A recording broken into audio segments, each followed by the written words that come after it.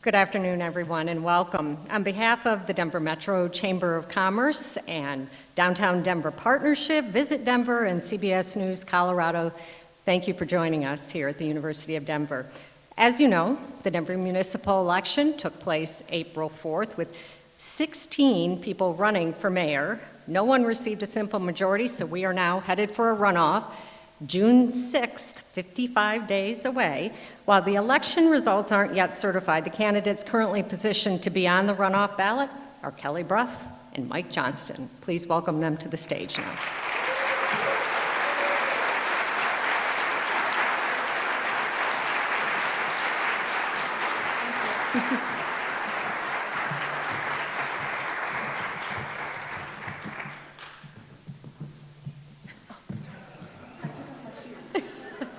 Each candidate will have 30 seconds for opening remarks, 2 minutes for closing remarks, and we'll have 2 minutes for each answer. They will also have 3 opportunities for 1-minute rebuttals. They can indicate they want to respond by raising the Colorado flag that you should have at your podiums there. We shared general topics, themes for this debate with both Mike and Kelly's campaigns, but not the questions. And we do have a lot of questions. So let's get to opening remarks based on a coin toss. Mike, you're up first. Thank you all so much for hosting. Delighted to be here. Looking forward to a great conversation. I have had the privilege to be the CEO of a downtown business the last 3 years. And so I have had the chance to both see the wonder of what is still true about Denver and to see firsthand the challenges that we know exist in our city, both the challenges with homelessness, the challenges with public safety, the challenges with affordability. And I think this election is about a question of where do we go with the future of this city. I was proud to earn the endorsement of Federico Pena this morning. He talked about the crossroads we were at 40 years ago. We're at a similar one today. I have a real hope that we have a possibility to make this city again a place that is vibrant and affordable and safe. I'm very excited to talk to you about how we do that tonight. So thanks so much for having me. Thanks, Kelly. Thanks, Sean. Thank you to the partnership, the Chamber, and Visit Denver. I love you all so much, not just for hosting us, frankly, but for the investment you make in our city and our region every single day. You know, I'll need your support, not just to become the next mayor, but when I get there, I'm going to need your help to address the critical issues we face of homelessness, revitalizing our downtown, and making our city safe again for everyone, our visitors, our residents, and our businesses. And I know from my work as chief of staff when John Hickenlooper was mayor that we only do this work together, and that's where our success lies. I look forward to our conversation today. Thanks, Kelly. We've got several topics that we've broken this into. We're going to start with tourism and business. As we just saw from that wonderful Visit Denver video, Denver's downtown is vibrant in large part because of its arts and culture. How will the arts play a role in your community planning and investment and in your overall economic development agenda for the city? Kelly, I go first? Started? And how long do we get? 2 minutes? 2 minutes. Yeah, I have a clock here. Don't worry. It's much less obvious than the folks used to wage giant signs at us, so it takes a little more Yeah. focus, this one. This is classy. Yeah, we feel like we've gone uptown here. A few things.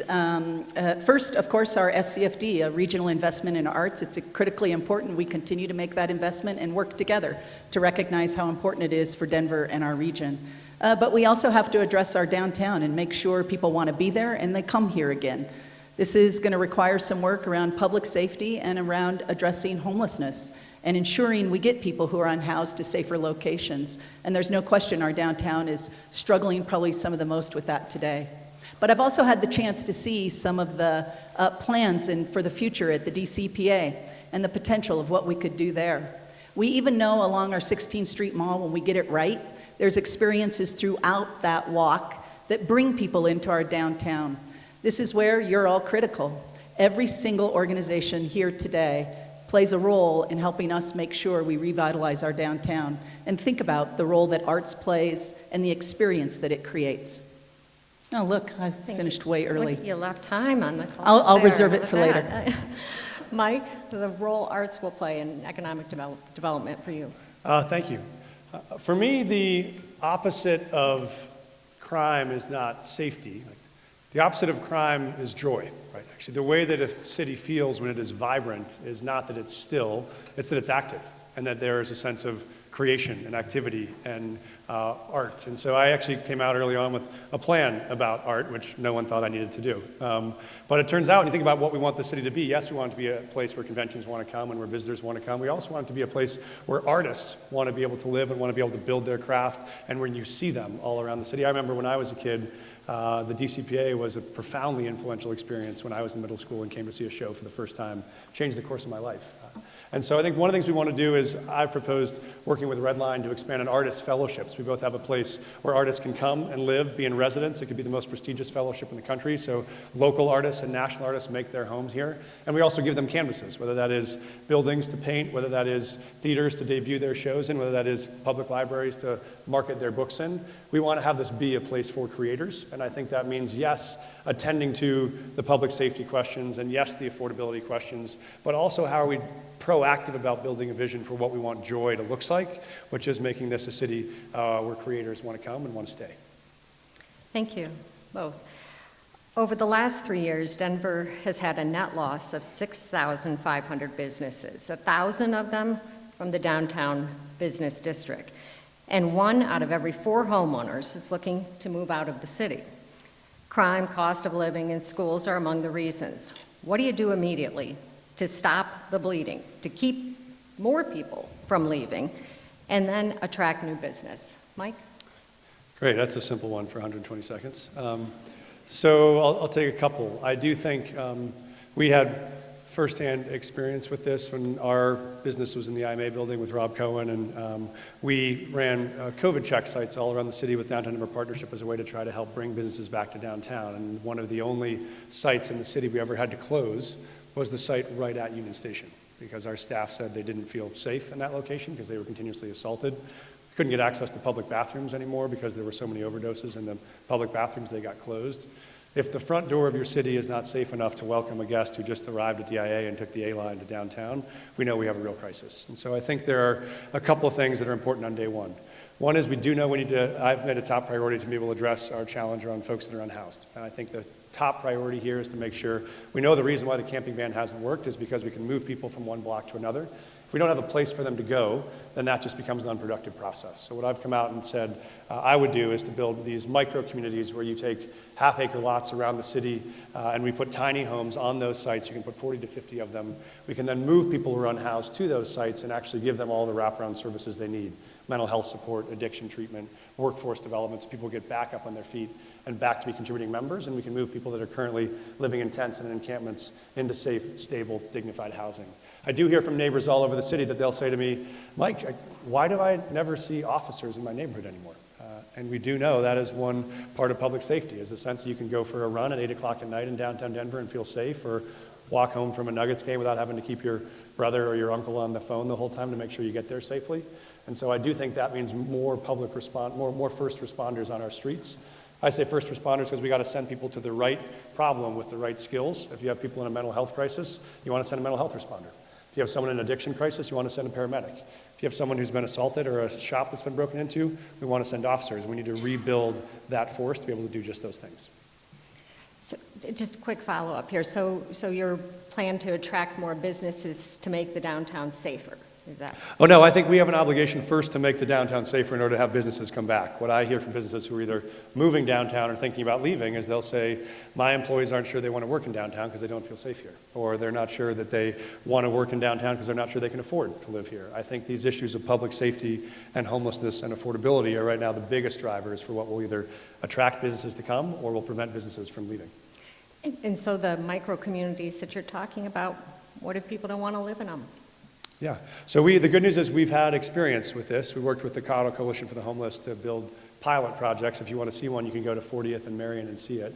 And I think the myth is that folks who are unhoused don't want access to housing. We found that to be false, which is when we opened 300 units of this kind of housing, had more than 800 people who were unhoused who signed up to take them. A dramatic need.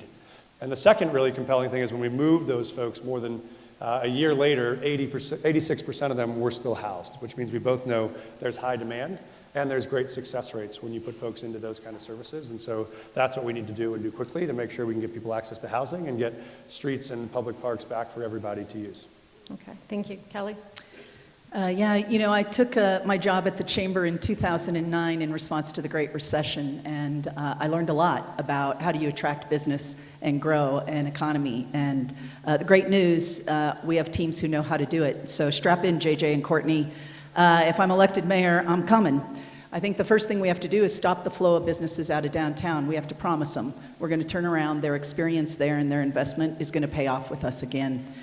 And then we have to quickly help others see why they should invest in our city again and bring jobs or grow jobs here and change lives for our residents and activate our downtown.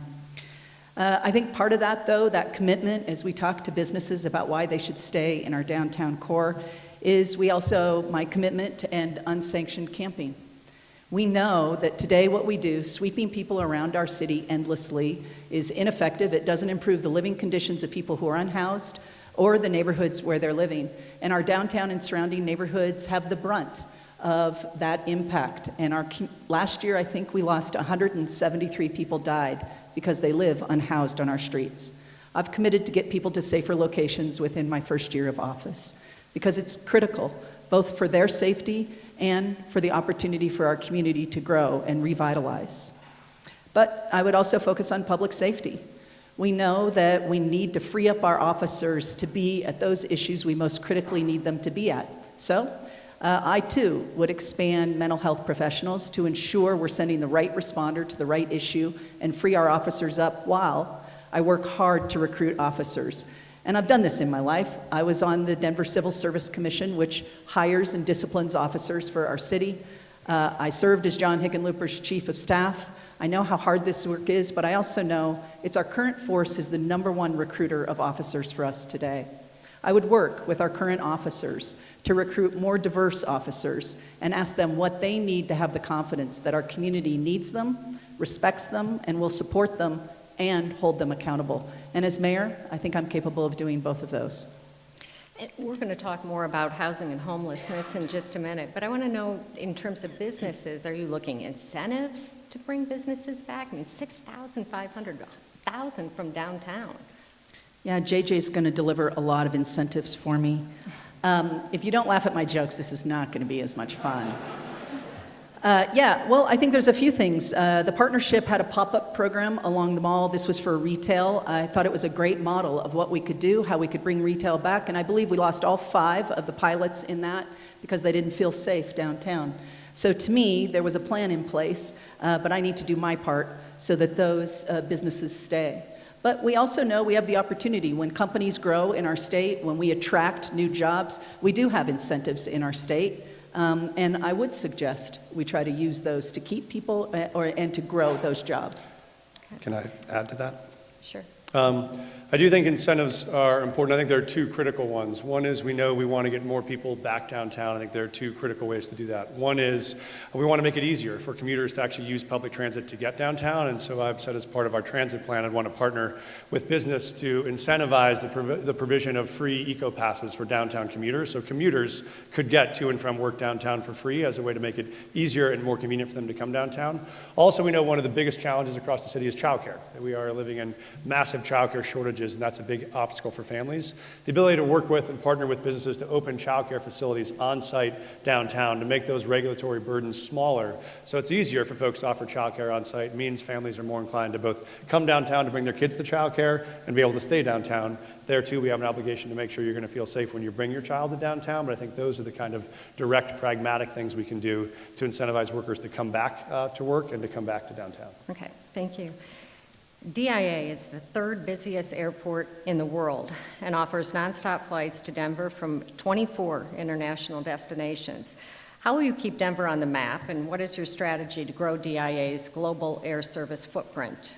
Or maybe a better question might be, you're about to take your first foreign trip to promote DIA and new direct flights to it. Where do you go?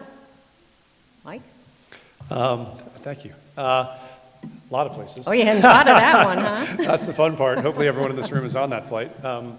I think one of the big opportunities for us to build a partnership that we don't have is a direct flight to Africa. I think that this is a place where there is a big opportunity for development over the next 20 years and real opportunity for partnership. And I think we want to be able to see how we could create the opportunity for both international trade from our side and development from the continent. So I'm very interested in that. I do think DIA is a big part of our front door still to the city. I think we have an obligation to both make sure that redevelopment is done on time and on budget and is a place that people feel proud of. I do like the movement towards more and more local businesses featured in DIA. I think we want to do the same thing on the 16th Street Mall, so you feel like you come to places that feel like they're only in Denver, where they're both businesses or restaurants or retailers that give you a real sense of what's unique about the city. So I think this is both about managing the budget and the projects to be on time, but also about making sure we're deliberate about how to use that as a launching pad to make Denver a world-class city. I think we've made some great strides in that. I think there's still more work to do. Okay, thank you, Kelly. I got the chance to work on these flights and was part of the team who helped us secure the flight to Japan. I think it was the top performing flight for United Airlines, maybe still is. So what I would do is use the data to tell us where we should be going. Middle East is definitely high. It's those new markets like Africa, but we also know there's other jump-off markets from there. So I would partner with Denver International Airport, the Metro Denver Economic Development Corporation, to identify where we should be going. But just as important as securing that flight, it's really the business leaders who make that flight financially work.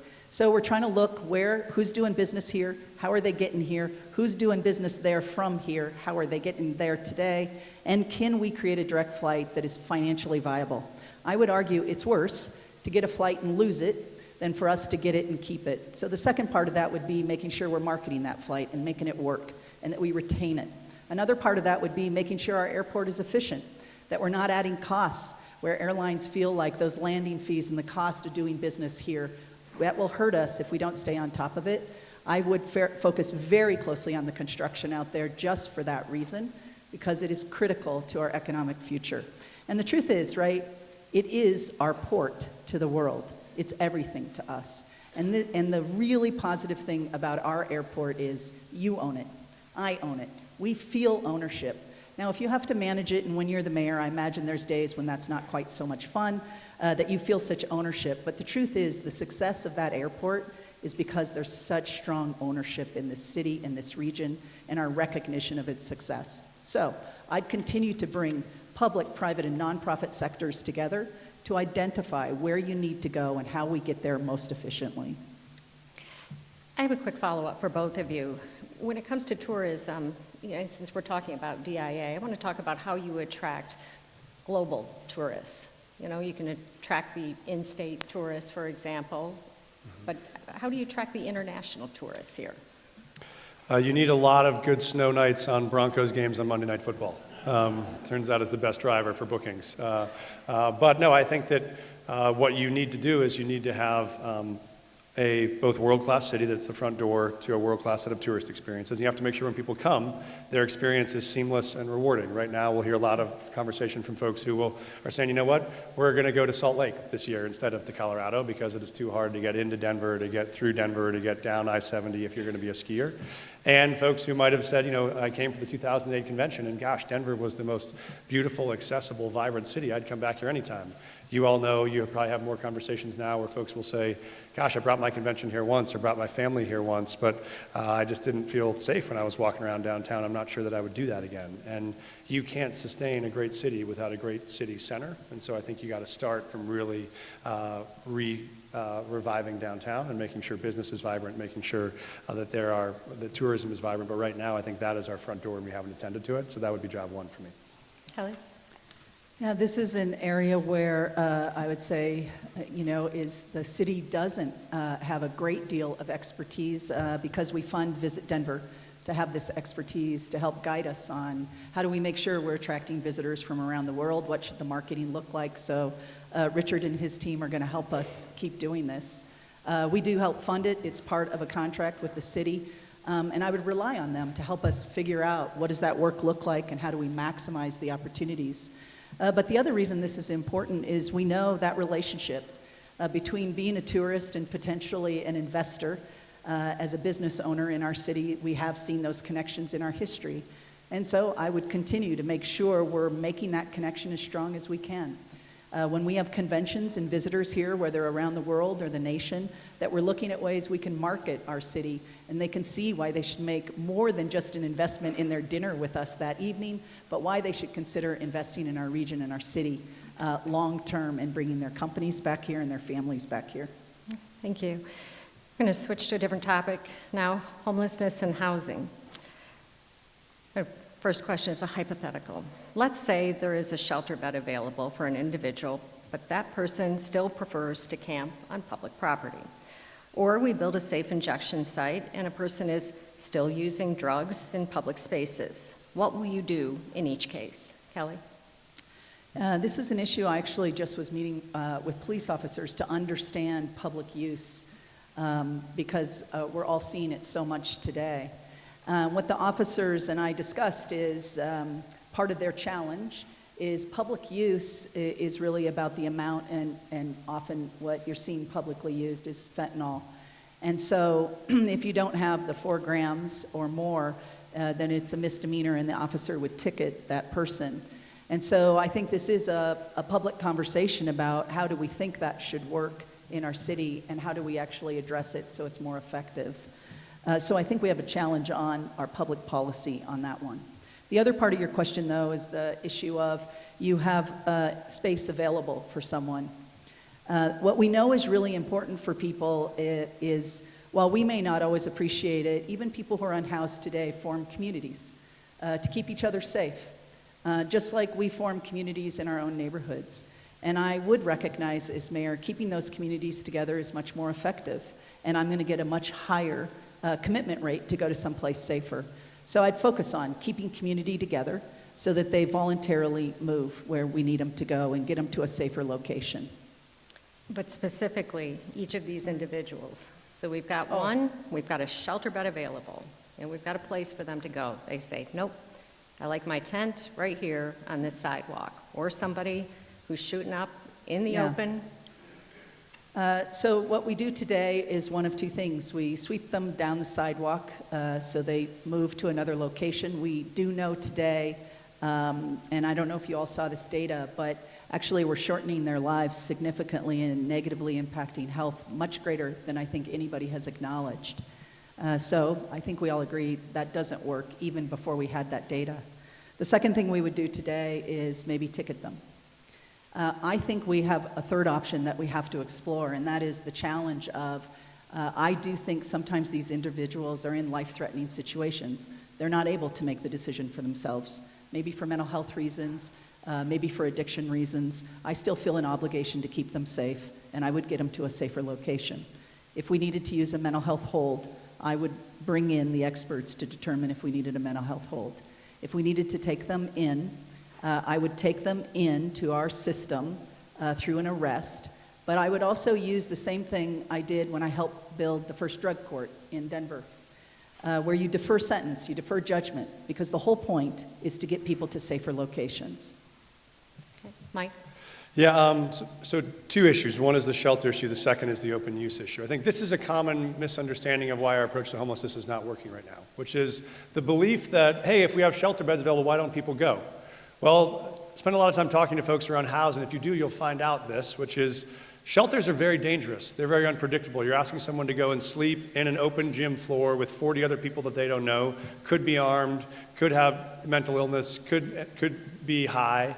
And there are a lot of folks who will say, that is much higher risk for me. I don't want that setting. Talked to a guy last week who did that for a night and got his phone stolen. Now he has no way to get back in touch with the employer where he works the 1 day a week cleaning the floor of a record shop because he has no connection. And so we have a lot of people who are not going to take congregate care because it's dangerous. They actually feel safer on the street than they would in that setting. And so this is why it's very different to offer people access to care that is actually dignified and stable, where you have a tiny home with a lock, with a place you can store your stuff, with a bed, with a desk, with access to showers, access to kitchen. That is a very different experience, one that we know people take overwhelmingly. On the second front, folks that then don't take those services or aren't able to, I don't believe that you should be able to use drugs on the open streets of Denver. I don't think that should be acceptable. I don't think that's what our streets are for, what our public spaces are for. I think right now we're conflating the two by saying all these folks either have to be criminalized or they have to be let to do whatever they choose, and that's not the case. We know that about 86%, the number I gave earlier, would succeed in this kind of dignified housing. The small number of folks that aren't going to or either have such active addictions or such active mental health issues that they're continuing to commit crimes and get themselves into more and more trouble. And this is why I've called for what you want to do is actually get those folks into treatment. When we closed our long-term inpatient mental health facilities, like Fort Logan, it turns out that need didn't go away. Those folks just got put out on the streets. And so that need still exists. And so what I would do is take 2 pods of the county jail and convert them, one into an inpatient mental health facility, one into an inpatient addiction-based treatment program. So people would have the choice. If you're continuing to get stopped for crimes on the street, you can choose to get access voluntarily to either outpatient services, or if you're facing a criminal sentence, rather than putting you into a jail cell that's going to do nothing for your rehabilitation, you can actually put folks into treatment-based settings where you'll have the time and the resources and the services you need to get healthy and then get transitioned back to the workforce. Okay, I got a quick follow-up for you right along those lines. So what you're talking about, a lot of that is happening in the jail right now. They have mental health services there. The jail is often at capacity. It's understaffed. So how do you deal with the strain on the system that already exists? It is understaffed. I think what we don't have right now is the volume of support services that we need, and we don't have a court infrastructure that allows that to work. So we don't have a way to stand back up. Really, our drug courts collapsed when we decriminalized fentanyl because there wasn't, the fundamental way the drug court worked was if you were facing a felony charge, you had a choice between either going to drug court or going to prison, and people chose treatment in that setting. When the option is go to drug court voluntarily or go back onto the street and keep using, folks continue to choose that option if you're an addict by definition. And so what we need is actually a system where the police department and the district attorney's office and the judges and the sheriffs are aligned on here's an entire through line for how you identify someone, support them, and get them access to treatment. And you get the mental health professionals you need in that setting. The sheriffs are overwhelmed. We got to hire back that staff and rebuild that morale. And then you can actually provide the dedicated professionals on those sites that they need. There is capacity now. There's about 550 beds full of the 800 now. So there is capacity to do this. And right now we're asking them to do it anyways. They have a lot of folks in the jail that are major mental health issues or major addiction needs. We're just not giving them enough tools to actually treat them well. If we have a shortage of deputies, we have probably an even bigger shortage of mental health professionals. And I wanted to go back to you, Kelly, on this because you talked about taking some of these people in on involuntary mental health holds. Where do you put them? Yeah, I mean, listen, this is a huge challenge. We know it in our city and our region. A couple of things, I think a few things we have to accept. One is Denver can't do this alone. And Denver's been trying. We have a $254 million budget for our housing host. That budget didn't even exist when I was chief of staff for John Hickenlooper. And I would just say we're breaking under the weight of it. It's why I met with mayors throughout the region to ask if they would agree that part of our homeless strategy has to be that we do this work as a region, that we stop sweeping people across each other's borders, that together we try to provide the supports and services that people need. And we know we can't get everyone to the supports and services today. When you say our sheriff's department and our jail is understaffed, just to be really clear, it's 30% down. We have beds because we have no one to be there anymore, even with massive overtime that's being paid. We have to address that before we can start to take some of the steps we're even talking about here. So these are real challenges. It's why I would say 2 things have to be at the front of our work around homelessness. Working as a region, trying to tackle this together, and prevention, which I think also invites the private sector to join us in this work and ensure we know it's cheaper and easier to keep someone housed than to deal with the trauma and the cost when they become unhoused. So I plan to ask you about a regional approach to this, because certainly we know that certain jurisdictions are relocating people to Denver, and it bears the brunt of that, and the lion's share of the cost. So would you consider creating maybe a new revenue stream even a regional tax of sorts to support these efforts? Yeah, I mean, Denver has a dedicated tax for both mental health and homelessness. I don't think there's another city in our region who does. What I proposed in the first 100 days I convene with the mayors in the metro area, and we develop exactly a plan of how do we do this, and do we need a funding source outside of what we're doing. I'm going to guess other cities may feel like they may need that. And the reason I think this is important is not only do we have this challenge, but we're facing a federal funding cliff. We've accepted these ARPA dollars. We're using some of those dollars for operations today, which is a really bad idea for one-time money. And so together we're going to have to figure out what do we also do as we come off that cliff to address it. I know there's been suggestions state dollars are available to us through Proposition 123, but the truth is we don't qualify for a dollar of 123 unless you have a mayor who can fix our permitting process. And I know we're going to talk about that. We are. We are?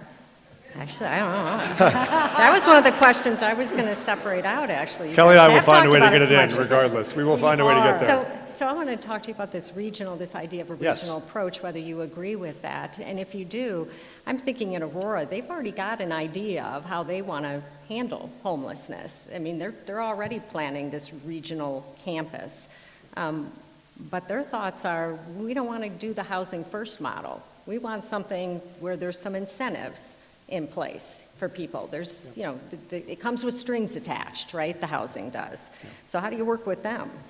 Yeah, I do think that it is helpful to have a regional approach. I also do think we have an obligation to clean up our own backyard first before we go trying to ask others for help, which is, you know, the 16th Street Mall is not Mike Kaufman's problem, and Union Station is not Wheat Ridge's problem. That is Denver's problem, to be able to say, we're going to make sure we can do the work to be aggressive and creative about this, to find solutions, to deliver them, to show that things are working and scaling, and then to be able to say, now that we know what's working for us, let's see what's working for you and how we can partner. I don't want to do a year and a half of a blue ribbon task force to talk about what other mayors want to do. I want to figure out how we immediately get to work on changing the lived experience of what our city offers, and then figuring out how we can partner as we get to the edges of what that overlap looks like, for sure. I will add, and this is not that there haven't been smart and hardworking people working on these issues for a long time. There have been. It's that we have the benefit of the lessons we've learned from what's worked and what hasn't in this. And I just go back to, I think, one of the reasons why the 72-hour mental health hold, I think, does not work is what we found is two things. One is the standard you have to meet to put someone in a 72-hour mental health hold is that they are an imminent threat to themselves or others. That is an incredibly high bar to meet. Someone on the 16th Street Mall smoking fentanyl does not qualify as an imminent threat to themselves or others. The second part is a 72-hour mental health hold is, at its best, just that, a 72-hour mental health hold. There is no one that any addiction treatment specialist or mental health expert will tell you who is in profound mental health crisis or profound addiction needs that is going to get themselves clean, collected, and ready to be back out and as a productive member of society in 72 hours. Especially when those holds are often, the officers will tell you, maybe 3 hours, or 4, or maybe 7 minutes, and not 72 hours. So what you need is actually a longer-term treatment timeline if you're going to get folks stabilized and ready, especially with the power of some of the drugs like fentanyl, where it may take months for your system to be clear of that enough for you to be ready to go. So these are all good ideas, but ones that we've learned about what hasn't worked to know much better about what does. So I understand you would take the person who's shooting up on 16th Street Mall, put them in the jail, get them the substance use treatment there, but the person who's just camping out, not doing drugs, and says, I don't want to go to your tiny home village, Mike, what do you do? Yeah, I think the first key is you don't actually put them in jail. You put them into treatment facilities where they have an option for either outpatient treatment or inpatient treatment. So that's always a choice. The incentive is always to get folks into treatment. The question is just what incentives do you have to get there? And I'm sure like many of the folks in this room, I have addicts in my family, and you know they don't often just wake up on a Monday morning and say, I'm getting clean. There is some incentive required often to do that or some push. And so this is the way to create a push to say, we want you to get healthy. What's the best way for you to do it? So I think that's the most important one. I don't believe you can arrest people for being homeless. I don't think that is a viable strategy. I think what you can do is actually offer people access to high quality services and then be able to say, once those services are available and you do have tiny home options, that there are a set of places where you can go to live. And if you are not willing to go there, then you can't stay here. That doesn't mean you have to arrest them. That just means people aren't allowed to camp in open public spaces if we have much more safe and stable and dignified options. And what we have seen overwhelmingly is when we offer those options, people choose them. People are not choosing to want to be in a tent outside on a 10-degree night and freeze to death. That's what's been happening in Denver. That's not what folks are going to choose. That's the question. If they don't choose any of your options, they say, I really just want to keep my tent here. Yeah, and I think that is where the choice becomes. There are certain places where you can live, and there are certain places where you can't. I think we have the obligation to provide those places where people can safely live, and then we have the opportunity to say, now that you have real dignified choices, let's make sure you get to one of them. So whether we are discussing safe outdoor sites, safe parking sites, tiny homes, affordable housing developments, will your administration centralize those services, or will you spread them throughout the city? So will we see safe outdoor sites in Cherry Creek, tiny homes in Lowry? Kelly? Yeah, I'll happily jump in. I think I do want to go back, though, to this conversation about, when we say someone can't be camping at that location because we have alternatives, and I think all of us know you have to provide, someone who has no place to go has to have a safer option. I still feel I'm unclear sort of what the next step is in that instance. And listen, I think this is hard. I don't think this is easy. Nobody wants to criminalize anyone's situation in their life. But I also feel like what we're saying is there's a standard of living that we also want to make sure you don't fall below in our city. And I think that's the challenging tension that we're trying to figure out. What do you do when someone says, this standard is okay? And what we know is they're going to have frostbite and lose all of their toes if we don't figure out how to save them. Or they're going to die because they're unhoused. That's the struggle and tension we're having. I think everyone agrees we want voluntary commitment for people to go to locations that are safer, to get services and support. But when someone won't do it, I think we as a city have to be prepared to say, we're not going to leave you to fend for yourself anymore. So, sorry, let me go to your question now, Sean. What was it? I feel so bad. Do you want to centralize the services, spread them out? Actually, I think this is one of the lessons we've learned. The reason people are concentrated downtown and along our mall is not because they're residents necessarily, it's because it's where our services are. And it's why I do believe people throughout this region are committed to helping us address this issue, because if Denver can't figure out how to be a thriving, vibrant downtown, our whole region suffers. So I think it is important that we inspire the region to join us in this work. I would not centralize everything in one location. We've learned this lesson throughout the history of cities, and again, this is why I think the work has to be regional. And I grew up with only brothers, and my brothers used to tell me, you're not the boss of everyone. I was like, what? Even if you elect me as mayor, I'm still not the boss of everyone. So how I would identify the locations where we need to build or provide these safer sites is by working with community. We have 11 council districts, and I would ask the council to engage community. We have learned a lot about what makes sites work and what doesn't, and identifying where we should have these temporary locations. Okay. Mike, same question to you, and if you care to answer, I think, Kelly's question, which goes back to, again, what you do with those unhoused people that are camping. Yeah, both questions, and I think Kelly's facing the same question, which is those are the hardest situations to manage. And the question is, do you arrest people or do you move them to other locations? You can move people without arresting them. You can say, you don't have to go home, but you can't stay here. That is a different intervention than arrest. Either arrest or involuntary hold.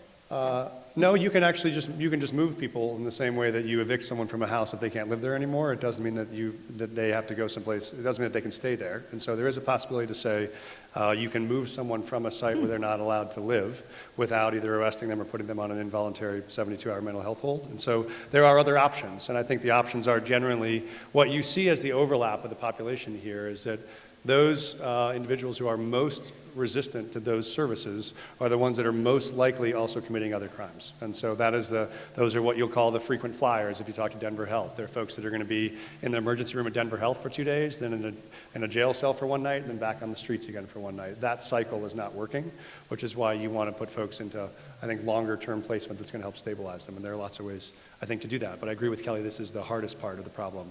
But the good news is, I think, that if we said we could solve 86% of the problem right now with a strategy that would work, I think anyone in the country would take that. The best city in the country is Houston, which has probably decreased their population by 40. So if our strategy on micro communities and tiny homes could solve 86% of the problem in Denver, I think that would be the most successful story of any city in America. But that doesn't mean you don't still have hard problems. It means you can make a huge step to get from here to there. And I do agree that we've learned about what it means. This is the reason why you set up this structure, is there are some cities that have done massive communities that serve folks in their own house where they're 50 acres. And then you have the same problem with concentration of services. Everyone is there, everyone needs to be there. The reason why the micro-communities work is you both spread out people into smaller communities, so it's 30 or 40 people on a site, and that has a real sense of accessibility, availability. You have staff there all the time. And because that staff provides services on site, you don't have the need for everyone to commute back and forth to centralized services. So it's both far more effective and efficient. If you're a mental health worker, you're not finding someone on Saturday who says they want a service, and you come back the next day and they're not in the same tent on the same block, and you got to find them all over again. This is one of the reasons why our services are inefficient now. So it's both more efficient for services, and it's also easier to separate the communities across the city. Have you figured out where you're going to put those micro-communities? No, I can agree. see a lot of NIMBYism coming. Yeah, and again, I agree with Kelly. We've learned from this because we've tried this and made some mistakes. This is something you want to do with communities. And I think the idea is no one gets to say we're going to do nothing, but we have learned the right way to do this. Park Hill, they tried it first in the middle of a residential neighborhood, and there was some real pushback. Some folks really wanted it.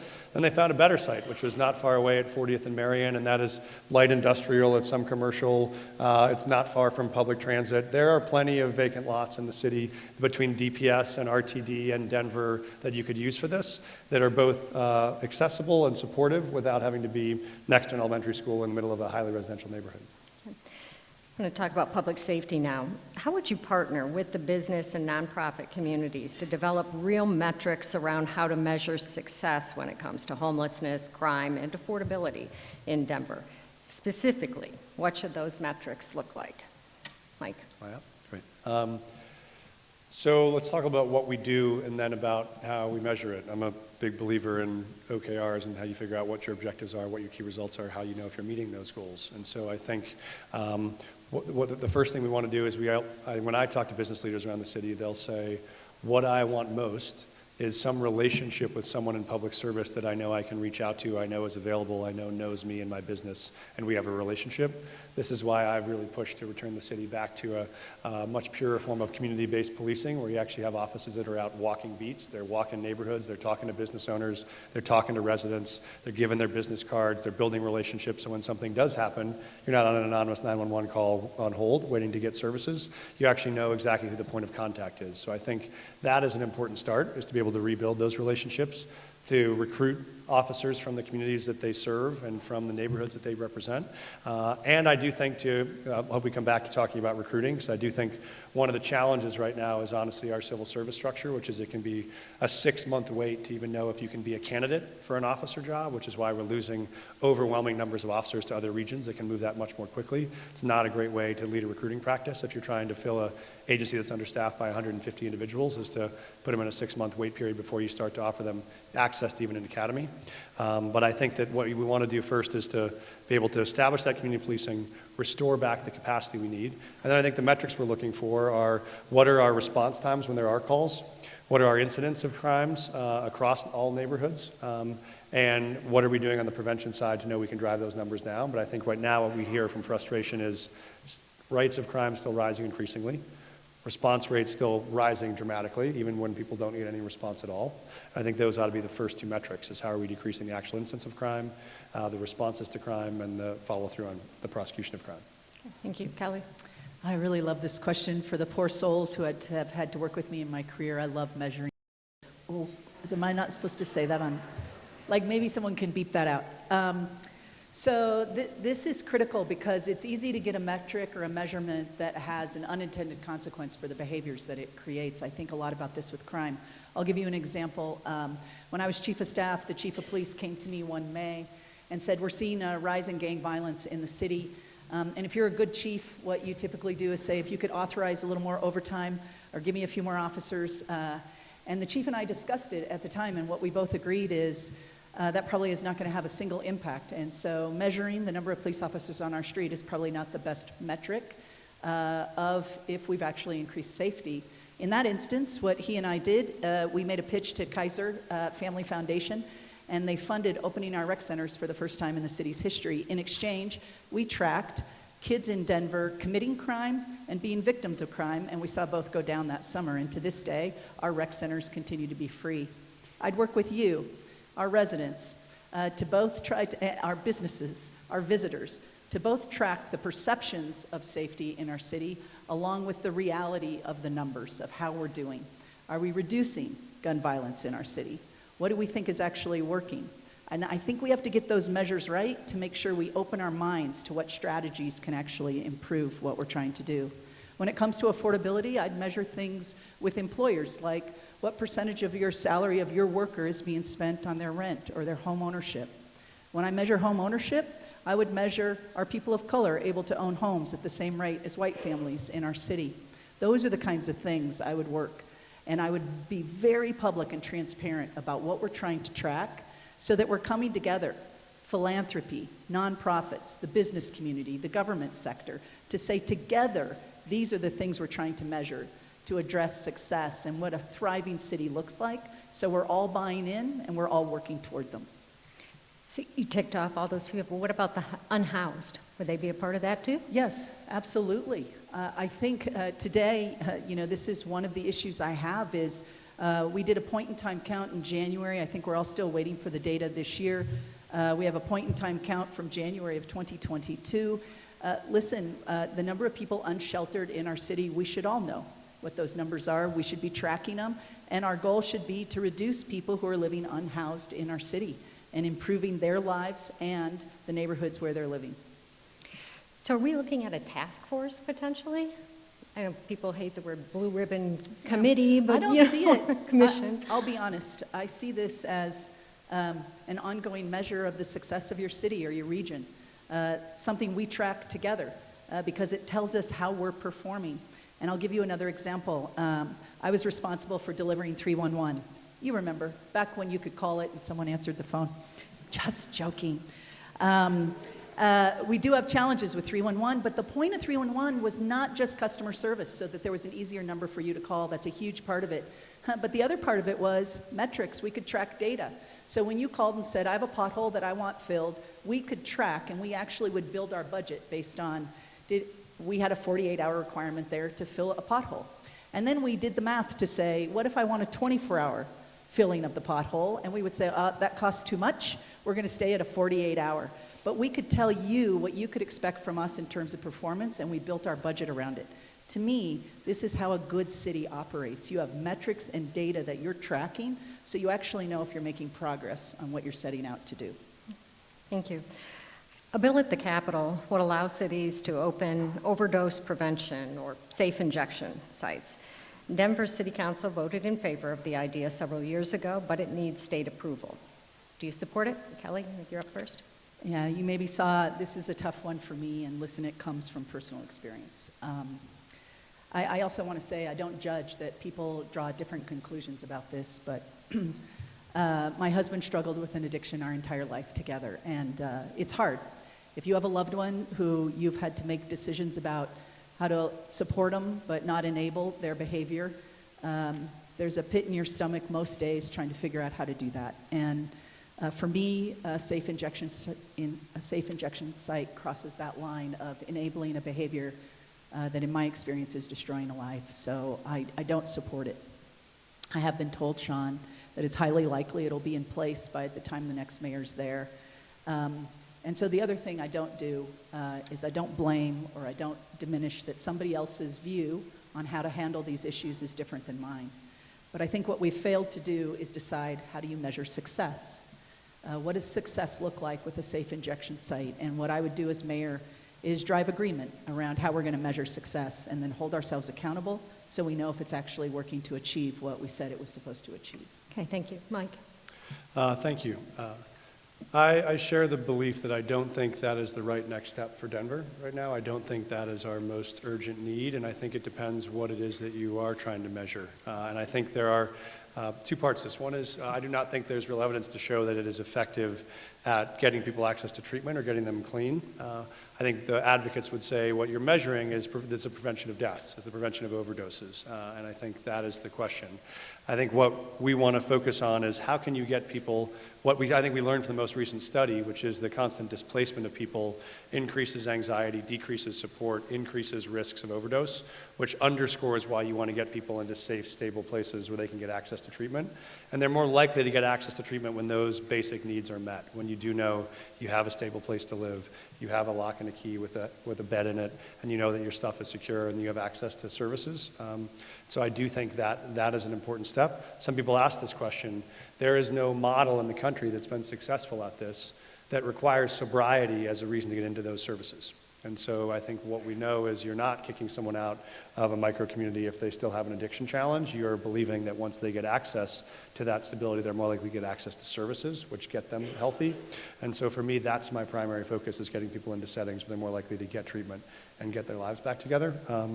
But I agree that there are strong feelings on this one. If you're trying to stop overdose deaths, this can be a strategy. If you're trying to get people clean and back up on their feet, I think there's not evidence that it's a strategy. Okay, thank you. Sorry. Put that phone away. I was shutting it off. Kelly's using the phone a friend function. It was my lifeline. Did you need to step out and take a call? Let's talk about infrastructure. The new mayor will inherit several major infrastructure projects, such as Denver International Airport, the National Western Stock Show, the 16th Street Mall, Colfax Bus Rapid Transit, and many more. Which project will you devote the most attention and resources to, and why? Mike? Yeah, for me, it's the 16th Street Mall. And I think that is because when you look at a downtown that is already struggling to recover from COVID, you already have multiple buildings that are in foreclosure, you have a lot of people who have not returned to the office downtown. You can't at the same time also tear up the entire spine of your downtown and hope that you're going to get businesses to recover or people to want to come back downtown again. So I think we have to work as hard as we can to accelerate that, to get done ahead of schedule, to make sure we can help the revival of that city, because at the same moment, you're trying to encourage businesses not to leave or encouraging new businesses to come when all those leases come up and people are saying, do I still love having an office building that overlooks the 16th Street Mall? I think if we don't restore and finish and complete that project in a way that makes downtown really attractive again, the rest of our efforts around recovery are going to be very, very hard to be successful at. Okay, thank you. Kelly? This is a tough one because, being mayor is a big job. There will always be multiple priorities and pressures, and the most important decision the mayor makes is the team they hire. My answer is going to be yes. The truth is... It's the which is your favorite child question. Yeah, I get it. I get it. And I still tell my girls, yes, that they're both my favorite children, too. That this is really an issue where I had the chance, I ran into one of the top engineers on the 16th Street Mall, and it's probably the project that's most on track, most likely to finish still by 2024. Thank you. And I get our role in it. But the reason I say this is we've seen what an off-track project at our airport costs us and the impact on us. And so we can't afford, I feel like, to say only one of these gets to be, but if I have to pick two, I'll do two, and I'll say Denver International Airport and 16th Street Mall. But I also got to tell you, 12, 15 years to get BRT on Colfax, come on, team. We're going to have to do more than one thing at a time. And we're going to have to do them timely. Okay, thank you. Denverites rejected ballot measure 2.0, which you both supported. It leaves the conservation easement in place at the Park Hill Golf Course. I have two questions. What will your administration do with this space? And why were you so out of step with voters? Kelly? So out of step? Well, thank you, Sean. Sorry. I don't feel I am. That said, I'm going to take a second to just kind of tell you the process I went through on this one, because it was hard for me. So I met with something like 30 people who are on all sides of this issue, primarily two, to just understand the issue. And we all agreed on a few things. One, this is about the worst possible process we could have had. And listen, I know that water's under the bridge, but I emphasize this because I do think through this process there were points we could have stopped it, backed it up, and actually created a process that would have brought people together in alignment about what we needed to do there and what it should look like. And I think that's important for the next mayor to acknowledge to get the future opportunities right. Second issue, we all agree we need more open space. Third issue, we all agreed we need more housing that's affordable. And then I read the conservation easement and I read the state law, and it was clear to me only a judge could remove the easement. So I asked those 30 people, why do we keep voting on it? And I would just say the answer was for political reasons. Each side thinking we're going to deliver the gift that they hoped or wanted. So at first I said, I'm just going to stay out of this because I don't like using residents this way. And then City Council referred it. And I figured people are going to want to know how I'm going to vote. So the last thing I did was review the community benefits agreement, an agreement negotiated the end of January between the community and the developer. And it had some interesting things in it. 25% of the product developed there, housing, had to be affordable. That included home ownership. By the way, that's the largest percentage negotiated yet in Denver today. It required that the land be transferred, the open space that would be there, to the city as dedicated parkland and developed by the developer. It had a provision for a grocery store, the space be set aside. This is a food desert in our city, and you can't force a grocery store to come in, but you can try to build the density that would allow it. And then the fourth thing was it actually built a fund. So if surrounding homes had increase in value, gentrification, beyond the average prices going up in Denver, the developer would pay for that distinction, that incremental difference in property tax. And I looked then finally and said, it's half a mile from a light rail station. When we build density, this is where it should be. I'm going to vote yes. I saw it, Sean, as a weighing between two good values, open space and housing that's affordable. And I chose one side. I also said, I'll honor whatever voters say. So today, I'll buy it, yes, and I'll build a park there, as the voters have said now, on 3 votes that didn't really matter, but they did. That was a joke. That was a joke. Okay, thank you. Mike? Thanks. And yes, I do think Kelly accurately described, I think, the process. I made the same commitment that we would respect the will of the voters. The voters have been clear on this, and so I think there are 2 parts of our commitment that we want to carry forward. One is that, yes, I think the voters want the easement to stay in place, and they would also like that to become, I think, a public park. And so our task is to begin the negotiations of trying to work with the private landowner to get that turned into a public park. And that would be where I would start as mayor. I do think the second part of it is we have to take seriously, I think, the commitment people made, which is an affirmation that we do know that we need affordable housing, and that we do know that we need affordable housing across the city. And we do know that that's going to require density in certain places, and that's going to require density close to transit-oriented development. If you want to hit our goals around climate and our goals around transit, that's not going to mean we're going to close the gap of the 50,000 affordable units we need in this city by single-family homes. And so I would expect also to build a partnership going forward to say, all right, this may not be the place, and voters have spoken on that, but we should be collaborative about where we find that place. I live in Central Park. If you go up Central Park Boulevard right now, there are probably 4,000 units going up right next to the light rail spot, and that's as it should be. That is exactly the place where you want density. So I think we have 2 commitments I would want to carry forward as mayor.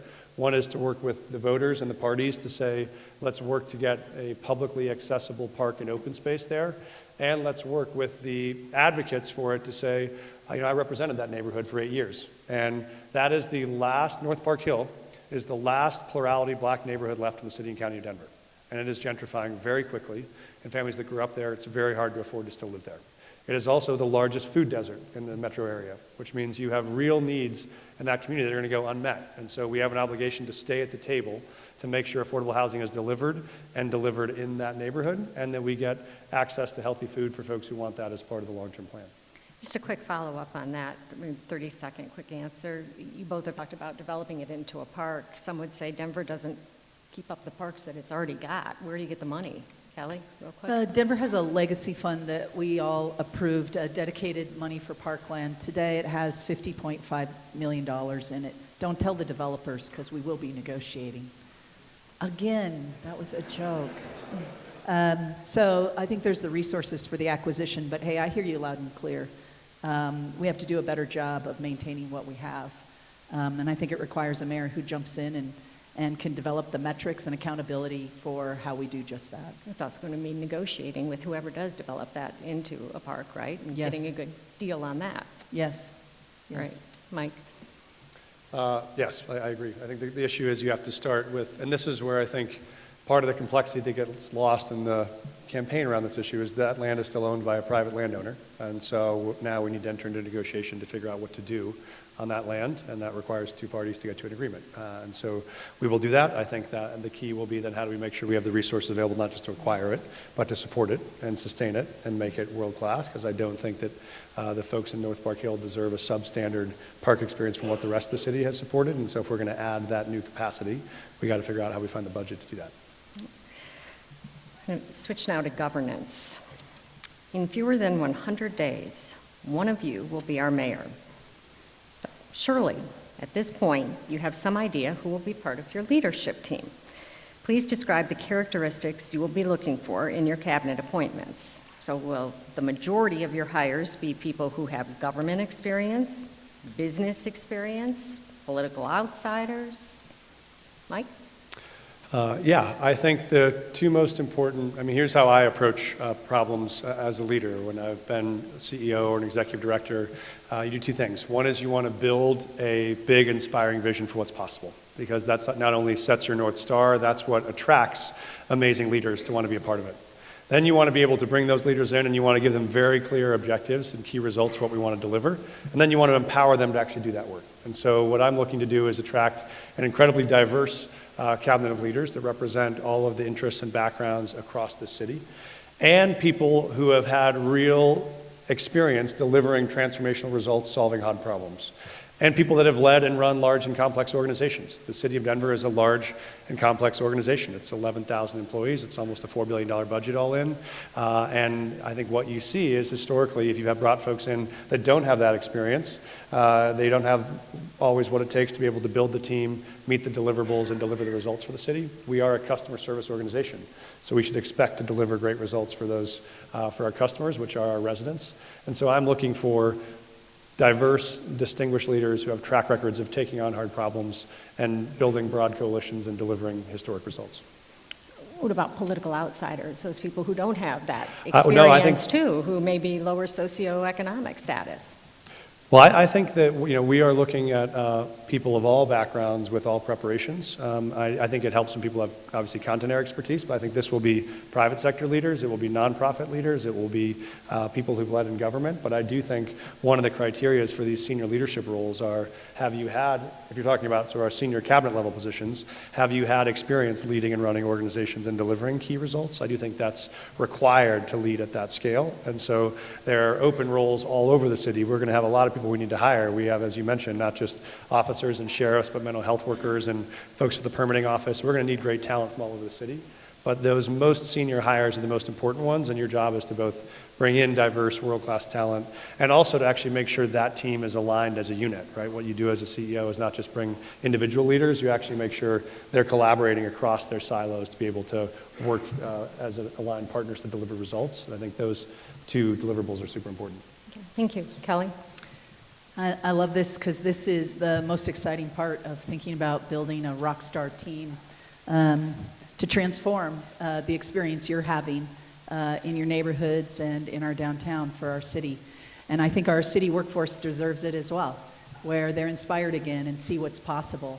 I've been the head of HR for the city. I've done lots of hiring, both in that system and outside of it. And I have strong opinions. But I also want to start by saying I don't like that politicians, sometimes make promises to people about what job they get before you think about who's the entire team, what's the lay of the land, what are the highest priorities, who else am I going to engage in helping me make that decision. And this has driven my teams crazy sometimes, who I've worked with, but in every position I've had, where I've had hiring authority, and I've had quite a few, I engage teams of people to make that decision with me.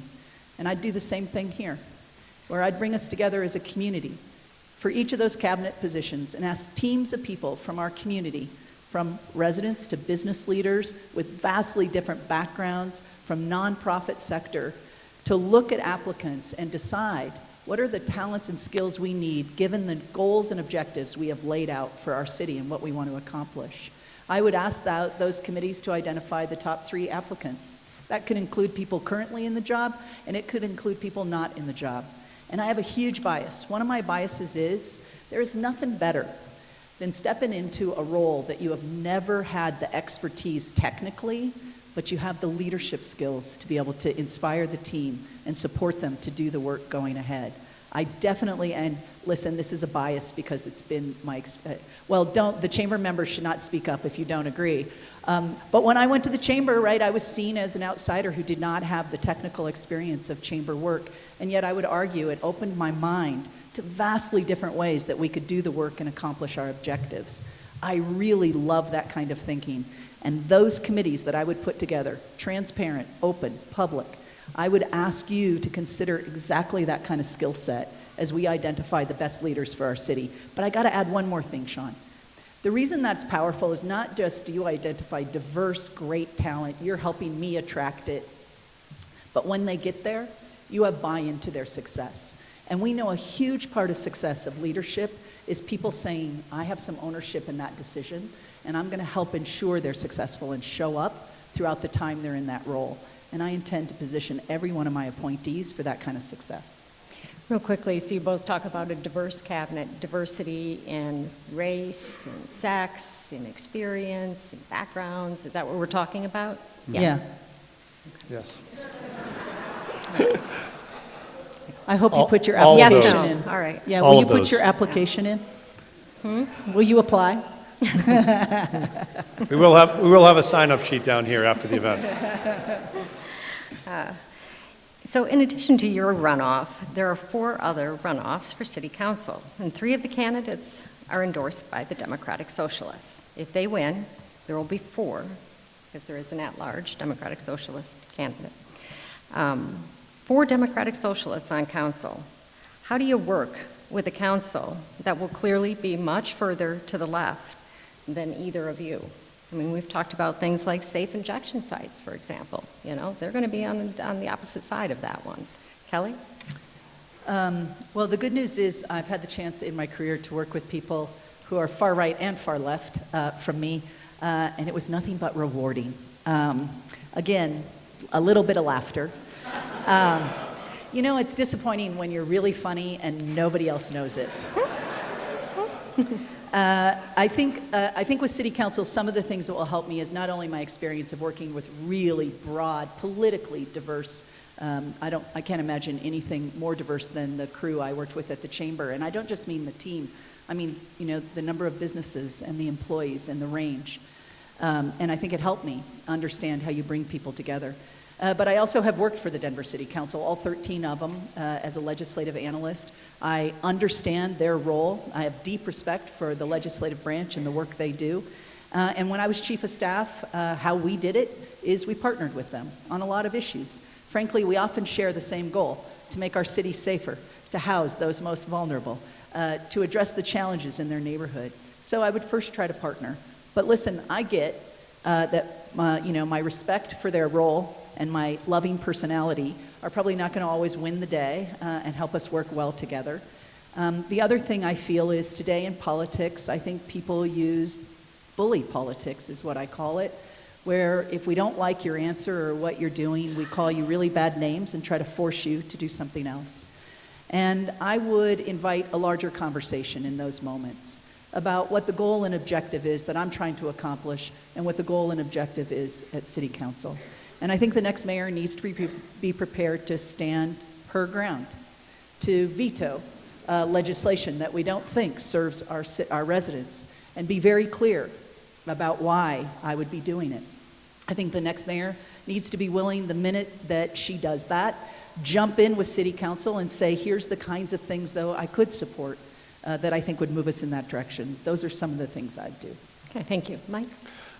Yeah, I believe that the first part of taking on any very hard problem is building the broadest possible coalition. And I've had the chance to do that in different settings over the course of my career. I think of early on when I first started in policy change, I got into this work because I was a school principal and I had students who were undocumented who couldn't go to college because at that time the law was you had to pay out-of-state tuition. So I had students who were stuck unless you could change the law. That was why I ran for the state senate. When I got there, found out that bill had been attempted 12 times and failed 12 times. And it failed 12 times because there had never been a Republican who voted for the bill. And so my task became to build a bipartisan coalition on an issue that had never been bipartisan before. And with some of the help of many people in this room, we were actually able for the first time to get bipartisan support, which meant we got that done, which meant the doors of college were opened to all of Colorado's kids for the first time. The same thing is true when we take on something like affordable housing statewide. We tried to last year on Prop 123 put together the first ever statewide ballot measure to take on affordable housing, to both remove the regulatory red tape and to put in permanent financing without increasing taxes. It had never happened before. So we had to build a coalition of 260 organizations that included everyone from the SEIU and the AFL-CIO to the bankers to the NAACP. We were able to pull that coalition together and actually deliver historic results on that. And so for me, what you do here is you start with relationships, you work hard at finding the areas of common ground, and then you also lead with a big, clear vision. And you use the platform you have as mayor to say you do have a solitary obligation to serve the whole city and to serve all of those communities, and to serve it in a way as the highest profile leader where people look to you for guidance. And so for me, I think it's both a matter of building those relationships from the start, but then setting clear, inspiring visions for what you want to get done, and figuring out what it takes to pull people on board. And I think I've had an experience to work with a lot of folks that will be on that council, and I look forward to the chance to work with them to take on the problems we're facing. Yeah, I'd ask you a bit ago about the characteristics you're looking for in your cabinet appointments. I had a quick follow-up to that one. Should you win, what will be your 3 most important appointments? Am I at first? Yeah. So I've called for creating what I've called a senior advisor on homelessness, which is one of the challenges. You have so many different departments that are affected by this challenge. If you don't have real alignment across those departments, it's much harder to execute on delivering long-term results. So that would be one of the most important. I think the police chief is going to be incredibly important in terms of making sure you have an aligned vision for how to be able to both keep the city safe, have people feel a sense of being protected but not always feeling policed.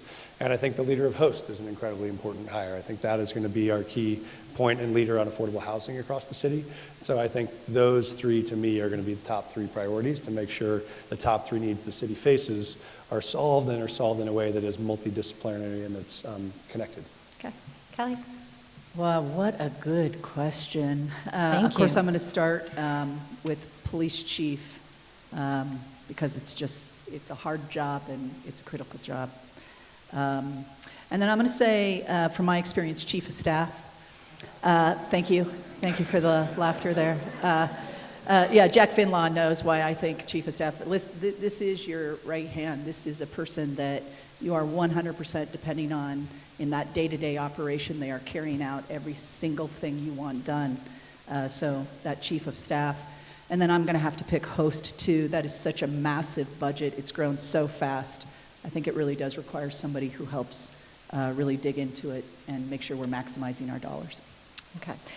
We're starting to run out of time, but I am going to go back to one more housing question because I cover the state capitol and I do want to hear your take on this one. Senate Bill 213, which is the state's affordable housing plan.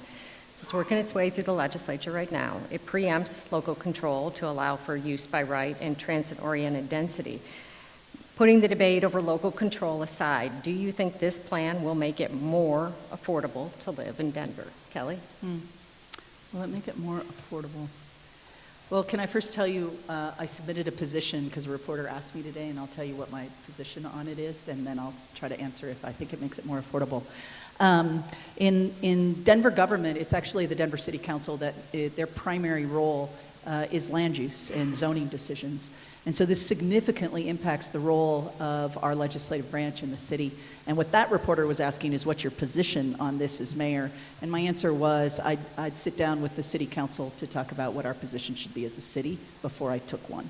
So I'm not going to take one on it. Do I think it would make it more affordable? Here's my it alone, I don't think, solves our problem. And here's why we know that.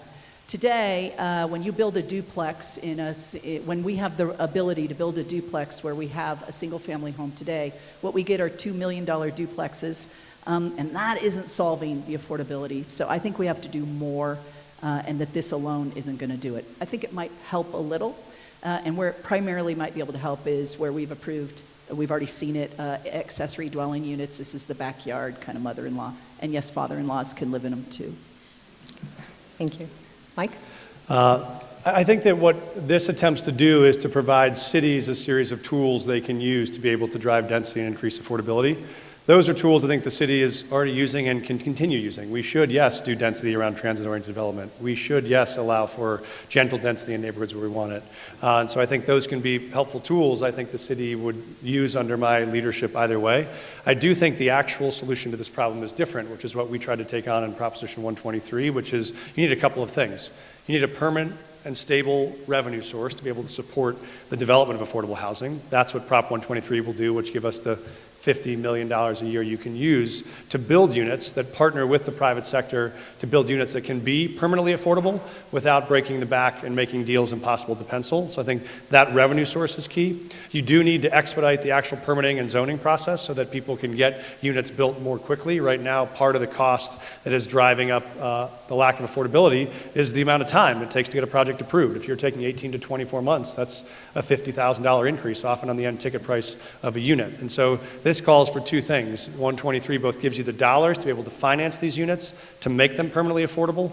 That would mean that anybody in Denver who's making $90,000 or so a year or less would be able to get into one of these units, and they would not have to pay more than 30% of what they make in rent. So if you're a first-year teacher making $40,000 a year, you would be able to not pay more than $1,000 a month in rent. But that is possible because we finance those units through dollars through CHAFA that replace the very expensive cost of capital that developers currently have to bear. If you're taking private equity investors that are expecting a 20% return, that makes the deal much more expensive. If you have a concessionary equity investment like this that's a 1% return, that savings allows you to actually drop the cost of the unit, keep them affordable to people at multiple levels of income. That's what I think the most important step is to do, is accelerate the approval process, be able to actually build more units that stay permanently affordable, and to be able to build density along those transit corridors. Okay, thank you. I have one last question, and JJ, I'm just going to freelance on this one. So I know, right, that's dangerous from a reporter. You know, a lot of people have said since the general election, well, we ended up with two mainstream Democrats here, two moderates, right? They're good choices for mayor, both of them, right? I hear that a lot. How do you distinguish yourself from your opponent? Kelly? I think you all got so nervous, like I heard you. Ooh. Don't worry. We actually took this question last night, and we did just fine. For me, the biggest distinguishing factor, I would say, are maybe a couple of things. My experience. I have run the city before, and I don't think we have any time to waste. I think we need someone who can come in on day one and start to turn things around for us. And I think, frankly, I think our future depends on it. But I also think another distinguishing factor is my life experience personally is very similar to what many in Denver are struggling with today. And I think that not only communicates to them that I understand those issues, but combined with my professional experience, it communicates I can do something about it. And I can address their lives and improve their lives as well. And then I suppose the last thing is, you know, I've never run for office before, and I'm not running for another office. And I think this is important because I think the next mayor has some tough decisions to make. And I think what I bring is confidence that every one of my decisions will be about this city and what's best for it, not about what my political future might look like. Mike. Thank you. So I think there are three things. I think one is the ability to build a big vision that's going to inspire the city about what's possible, what we can do together, and to inspire people to want to be a part of that. I think the second is really clear, detailed plans about how we're going to execute on that gives us a sense of confidence and possibility about how we're going to get from here to there.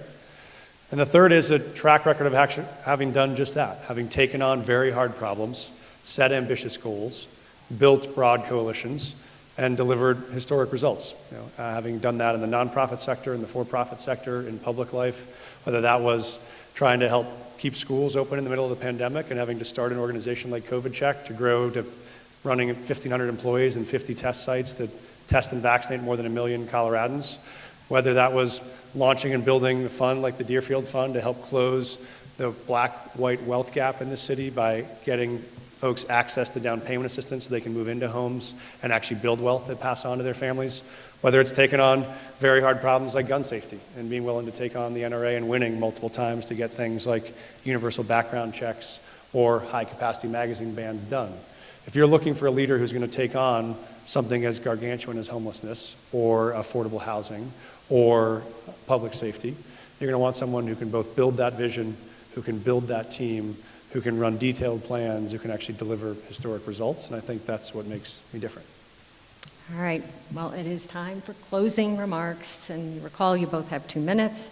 And Mike, you won the coin toss and elected to go first. Great. Well, thank you all so much for being here, and I would underscore that the biggest part of today is about partnership, which is what we know when I felt like as a outside CEO working in the city is we want to build a city where you feel like it is very easy for you to walk in the door and be able to be a partner in solving the problems we're facing, because there's no way we're going to solve these alone. And so I think this is an endeavor that all of us start on in 100 days, no matter who's in what seat. We know those of you in these seats are going to have to be leading regardless. I'll share quickly, I had a mentor when I first started as a school principal in the city who used to say to me when I was supporting young people who were struggling, she used to say, Mike, there are only 2 things that you can offer to people: truth and hope. She would say, if you don't tell people the truth, they wake up every day in search of a world that doesn't exist. But if you don't give them some sense of hope, they don't have a reason to get out of bed and go fighting to build that world at all. And I think Denver is in a moment where we have to face both the truth and the hope of our current situation. We know the hard truths.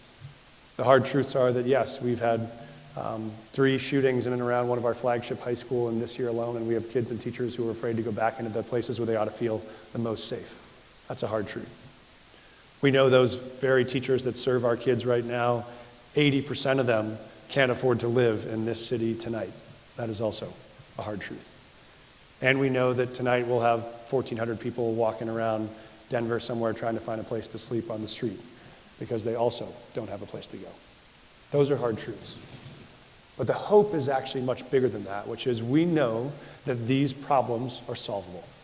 The biggest mistake we can make is somehow giving in to the notion that when cities grow, they have to grow to become unaffordable or to become unsafe or to become inhospitable. That is just not the case. Denver's always been a place where we believe we're not the victims of our own story, we're the authors of our own story. I want us to write a different next chapter, which is about a city that's going to be vibrant, that's going to be affordable, that's going to be safe, where you can take your kids or your grandkids to any neighborhood, even sitting on the 16th Street Mall and have a beer and let them run around and play and not worry about their safety. That is possible in this city. The hope is far bigger than the truth in this moment, and we need to rally the city together to make sure we deliver a city we're all going to be proud to hand on to our kids and our grandkids, and I would love your help in doing that. So thank you so much for having me. Thank you. Kelly? Well, first let me just say I'm just so grateful that you all take the time to hang out with us and ask us such thoughtful questions. Most of them were thoughtful, Sean. So we get a chance to share with you how we see the world and how we see our future. And I'm so optimistic about what's possible. Frankly, I wouldn't run if I didn't think we didn't have a better future ahead of us. And we actually share the vision. We've seen it before. We know what we're capable of being as a city together. For me, I feel like I've been so lucky in my life to have so many executive positions where I got the chance, not always intended, to work on really hard stuff. When I was Senator Hickenlooper, when he was mayor, and I'm trying to be very respectful, and I was chief of staff, I helped support the team through delivering the Democratic National Convention. It was probably one of the biggest undertakings that we had faced in decades as a city, and I think we should be extremely proud of how we performed. But right on the heels of that, I also was challenged to have to balance the budget. And one of the hardest things to do is to figure out what you do with less money than what you do with more. And I think there's a good chance the next mayor may face that again as well. But even when I got to the chamber, I loved being able to work there where we started to expand how we looked at the role of the business community and our commitment beyond our own companies, but also to our community, to ensuring everyone could thrive in our city, being able to build programs that address the inequities that we saw in our economy on race and gender, and being committed to changing the future for people, passing the Denver Prosperity Fund so every kid who graduates Denver Public Schools has a shot at going to college if they want it. Those are the things I'm extremely proud of. But I know this, our work is not done. And on all of those things, we were only able to make headway because we came together. And that's how I work. And that's how I'll work with you. I would love to have your support. Kelly, Mike, thank you for participating. Thank you, Sean. Thank you all for joining us.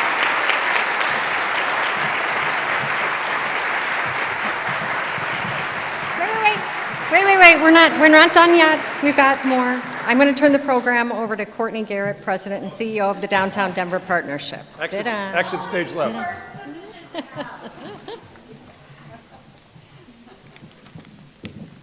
Sean, I got to get all the hugs. Right? That's what we're here for. Thank you. The absolute worst position to have in this scenario. Thank you, Kelly, and thank you, Mike. Can we leave? You know, I heard so many themes that I know resonate with all of us. Themes related to safety and joy, or as we say at the partnership, serendipity. Business retention, business recruitment, timely action, hard work, supporting law enforcement, and ensuring that the response fits the need in a very holistic way. Compassion, resources, and long-term solutions for those who are in mental health, substance misuse, and housing crises. The importance of childcare and education, investment and growth in our airport and in our global connections, community engagement, involvement, and partnership. And I love these two from your closing remarks, because yeah, I took notes. Truth and hope, and optimism and vision. So I think we're in pretty good shape, Denver. So again, help me thank Mike and Kelly for joining us this evening, and thank you, Sean, so much for moderating this important discussion. I also want to thank all of you for taking time to have this critical conversation. I also want to recognize each of you for your dedication in stepping up, your dedication to Denver and our communities. We all have that sense of civic duty. That's why we're all here. But these two have stepped up in an admirable and inspirational way. It takes vision beyond hard work and resiliency. Tonight we heard about the big challenges that our city is facing. We will need to be more collaborative, more inventive, more strategic. And that is the only way that we will write our next chapter. Though these mayoral candidates are running to lead Denver, every single one of us will need to get involved and stay involved in order to move us forward. In last Tuesday's election, only 33% of Denver voters cast a ballot. The stakes are way too high for Denverites to sit this one out. The disruption that we have seen in our cities across the country also begets historic opportunity. So before we close tonight, we ask you to make a plan to not only vote in the runoff, but encourage your networks to do the same. Get out the text to the mom groups, right? Talk to your friends. Anyone and everyone who lives in the city of Denver should turn out this election cycle. And one little plug, you can use the Downtown Denver Partnership Ballot Guide at downtowndenver.com/votes, where we've had the opportunity to spend an enormous amount of time with these candidates, and it's a wonderful educational guide that you can share. So with that, I want to thank you all again for joining us tonight. Please help me thank these candidates.